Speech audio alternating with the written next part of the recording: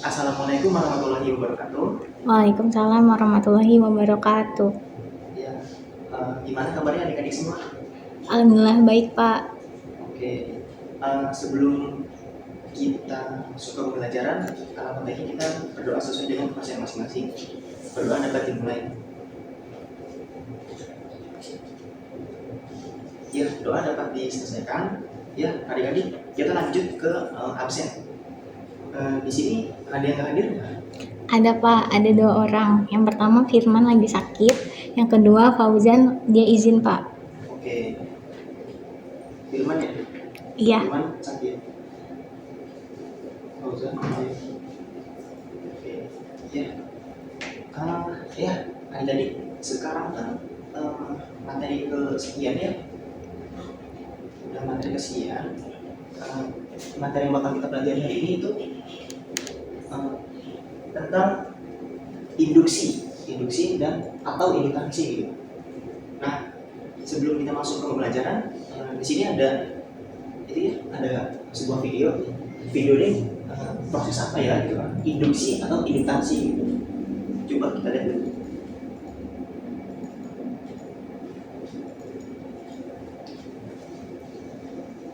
Nah, di dalam kumparan itu muncul medan magnet yang melingkar karena adanya arus yang mengalir gitu. Nah, oke. Kita ulang lagi ya. Ketika mulainya arus itu mulai berjalan, maka muncul medan magnet gitu. Dia melengkung seperti itu ya adik-adik. Nah, oke. Arusnya berhenti, maka medan magnetnya pun berhenti. Nah, video kecil itu tuh termasuknya induksi atau induksi? Ada yang tahu? Ada yang tahu? Enggak, Pak, enggak tahu. Oke, nanti bakal kita cari sama-sama ya, jadi. Oke. Nah, tujuan pembelajaran hari ini yaitu setelah menonton video dan penjelasan yang dari guru gitu, peserta didik dapat menjelaskan definisi induksi elektromagnet, yang mana di sini tinggal pembagiannya itu C2 dengan tepat.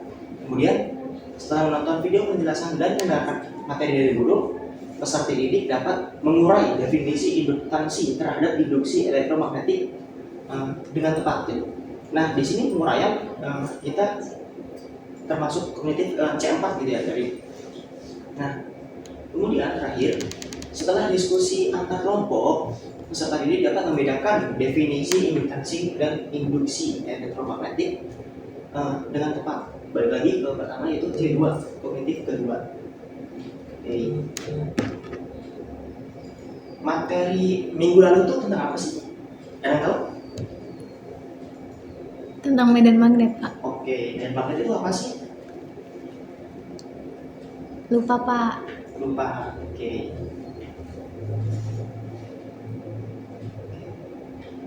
Ya. Medan magnet ini kita lagi recall ya adik-adik. Nah, ini ada video sebuah kumparan yang dapat menghasilkan medan magnet di sekitar kumparan itu. Nah, ini kumparan biasa ya adik-adik. Di sini dirangkai secara tertutup menggunakan DC, yaitu baterai sumbernya ya. Di sini ada sampler, kemudian kumparan, induktor, di situ ada baterai sebagai sumber tegangan. Oke. Nah, pada kawat lurus pun dapat menghasilkan induksi medan magnet gitu ya, sesuai dengan kaidah tangan kanan. Nah, kalau kampatnya melingkar, medan magnetnya bakal seperti ini, gitu. Nah, jadi dari satu spiral ke spiral magnet itu saling menyatu jadi seperti ini. Oke, itu medan magnet. Kita lanjut ke materi, sedikit materi ya adik-adik.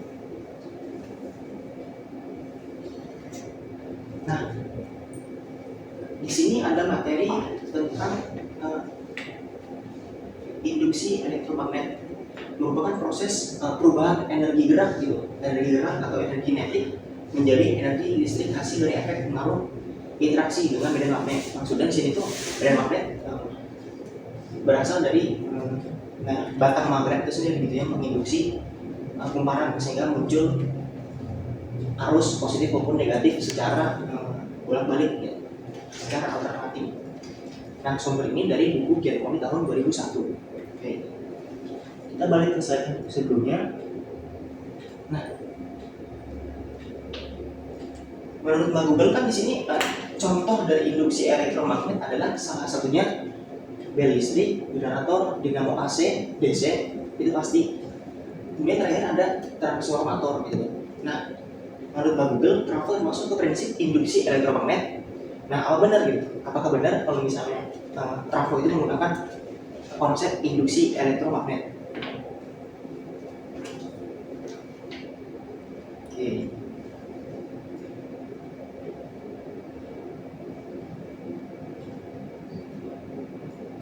Kita lanjut ya tadi ke masih materi induksi elektromagnet. Dan di sini udah lebih kompleks ya. Di sini ada rangkaian kumparan, terus juga ada galvanometer yang diinduksi menggunakan batang magnet itu sendiri gitu. Kita lihat arus akan muncul ketika magnet diinduksikan atau dikeluar masukkan ke dalam kumparan itu tadi gitu. Ada galvanometer di sini mulai kita masukkan. Nah, di sini bisa dilihat ya, ada arus yang mengalir secara bolak-balik, terus juga ada galvanometer yang menunjukkan arusnya itu bergerak gitu. Oke. Ya, mungkin cukup ya buat tentang induksi elektromagnet. Ya, adik-adik balik lagi ya ke slide selanjutnya. Maksudnya sebelumnya gitu. Nah, di sini kan ada contoh kalau induksi elektromagnetik itu salah satunya itu kan ada bel listrik, generator, dinamo AC, DC, kemudian ada transformator. Nah, pertanyaannya, menurut Google, trafo termasuk ke prinsip induksi elektromagnet. Nah, apakah benar gitu? Benar. Benar. Kenapa? Karena kata Mbak Google seperti itu. Oke, kata Mbak Google seperti itu ya. Oke, coba kita cari sama-sama dan kita kritisi gitu. Apakah trafo menggunakan induksi elektromagnet? Oke. Ya, baik. Kita bagi kelompok aja ya di sini.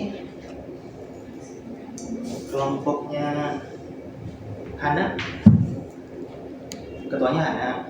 Kelompoknya Fauzia, terus kelompoknya Nanda, kelompoknya Yogi. Oke, masing-masing 4 orang ya, dibagikan ya. Oke, ya. Dibagiin. Ya, silakan duduk ke kelompoknya masing-masing. Oke adik-adik, tadi kan masih materi induksi elektromagnet ya. Kita lanjut ke yang induksi diri nih, gambaran dari induksi diri itu sendiri gitu. Gimana sih cara kerjanya? Mari kita lihat. Bisa dilihat ya adik-adik. Jadi di sini tuh ada induktor gitu. Induktor yang dialiri arus. Nah, di sini ada arus ya. Nah, yang kuning-kuning ini medan magnet yang tadi balik ke pertemuan sebelumnya gitu. Nah, ini contoh kalau misalkan kumparan dibentuk secara lingkaran. Oke, berarti arusnya pun akan melingkar. Nah, berarti dapat disimpulkan bahwa kalau misal induksi elektromagnetik itu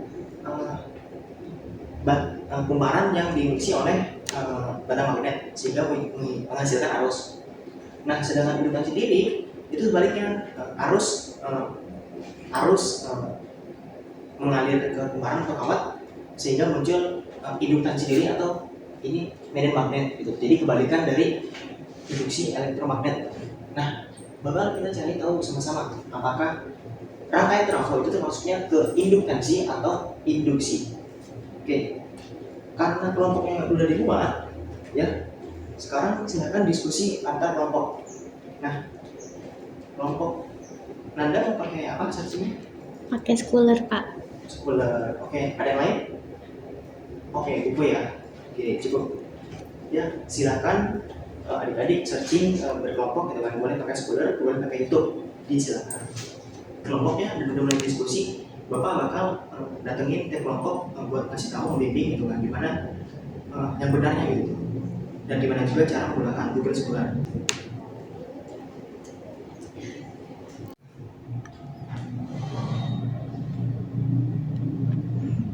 Wah, kelompoknya Nanda beneran pakai Google Scholar ya? Iya Pak.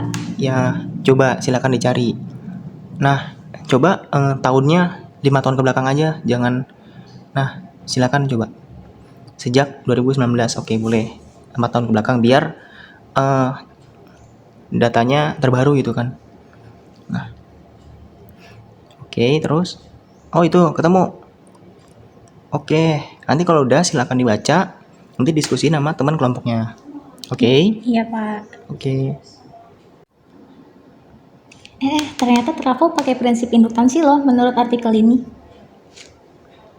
Oke, adik-adik, di sini ada gambaran rangkaian transformator ya, yang mana di sini ada sumber tegangan yaitu menggunakan arus AC bolak-balik ya, karena simbolnya gelombang ini. Kemudian dia ada sebelahnya lagi gitu, ada sebelahnya. Kemudian di sini ada galvanometer. Oke, ya. Setelah berdiskusi kelompok, silakan adik-adik mau presentasi. Saya mau Pak. Oke, kamu. Iya, jadi izin mempresentasikan ya Pak. Jadi berdasarkan materi yang telah Bapak jelaskan dan juga video beserta research yang telah kami lakukan, ternyata trafo itu menggunakan prinsip induktansi karena medan magnet yang dihasilkan oleh arus yang mengalir di kawat atau kumparan. Sedangkan untuk induksi itu hanya generator, Pak. Oke, generator AC atau DC ya? Oke. Kesimpulannya apa sih dari kamu bilang barusan itu? Jadi kesimpulannya bahwa yang dikatakan Mbah Google itu salah, Pak. Oke, jadi di sini kita dapat mengkritisi adik-adik, bahwa yang di internet pun belum tepat gitu. Dan di sini teman-teman sendiri dapat mencari pembenaran berdasarkan teman-teman riset sendiri gitu kan. Oke, setelah tadi kelompok yang Anda dan teman-teman membuat diskusi dan sudah selesai diskusi gitu ya, dan semuanya sepakat bahwa trafo menggunakan prinsip induktansi dan generator menggunakan prinsip induksi. Nah, oke, apakah benar yang dilakukan oleh Anda? Sepertinya harus kita cari lagi gitu. Harus kita cari lagi berdasarkan video yang ada di sini. Nah, tadi yang disampaikan oleh kelompok yang sudah presentasi, kawat atau kumparan yang mengaliri, yang dialiri oleh arus, dia akan menghasilkan medan magnet atau induktansi diri. Nah, di sini trafo menggunakan induksi bersama, Maxwell induction. Oke, jadi medan magnet yang muncul pada kumparan kiri itu memotong fluxnya, memotong flux magnetnya, memotong kumparan di sebelah kanan, sehingga tanpa perantara pun ini galvanometer dapat bergerak seperti itu ya. Oke. Nah,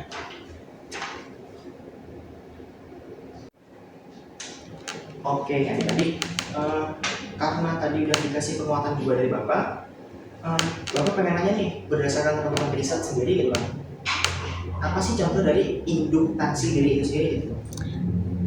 Saya Pak. Oke, apa? Ya, contoh dari itu yaitu trafo 3 fase Pak. Oke, 3 fase ya, bener ya, ada. Jadi trafo 3 fase itu pakai induktansi diri juga gitu kan. Tapi intrinsisnya dia ada 3 gitu, kumparan ada 3 gitu. Nah, kemudian ada penguatan yang terakhir.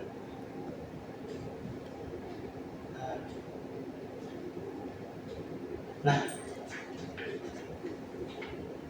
tadi teman-teman bilang kalau misal trafo itu menggunakan prinsip induksi elektromagnet. Oke, mungkin itu betul. Tapi ternyata itu masih secara umum, belum secara apa ya namanya, secara khusus prinsip apa yang digunakan gitu. Nah, di sini ada contoh gagal induksi, induktansi. Nah, gagal induksi itu ada hukum Faraday dan hukum Lenz. Hukum Faraday itu ada pada tadi yang kelompok udah presentasi bilang katanya generator, nah itu menggunakan prinsip induksi gaya induksi atau induksi elektromagnet. Sedangkan trafo dia menggunakan prinsip induktansi diri. Ada indukasi diri, ada indukasi silang, juga ada lagi yang bersifat pada induktor. Ya, adik-adik semua, berdasarkan tujuan yang udah disampaikan, nah tiga-tiga kan ada peserta didik dapat menjelaskan definisi, mengurangi definisi, dan juga membedakan definisi dari induksi dan juga induktansi dari itu dengan tepat. Oke, apakah itu semua dapat dipahami? Iya, bisa Bapak. Oke, mungkin cukup ya adik-adik. Silakan nanti kelompoknya tiap individu silakan evaluasi diri, apakah kesalahan di mana menggunakan tahun di sekolah tadi misalnya. Silakan evaluasi diri agar kedepannya bisa menjadi lebih baik. Nah, mungkin cukup dari Bapak. Mohon maaf salahnya. Wassalamualaikum warahmatullahi wabarakatuh. Waalaikumsalam warahmatullahi wabarakatuh.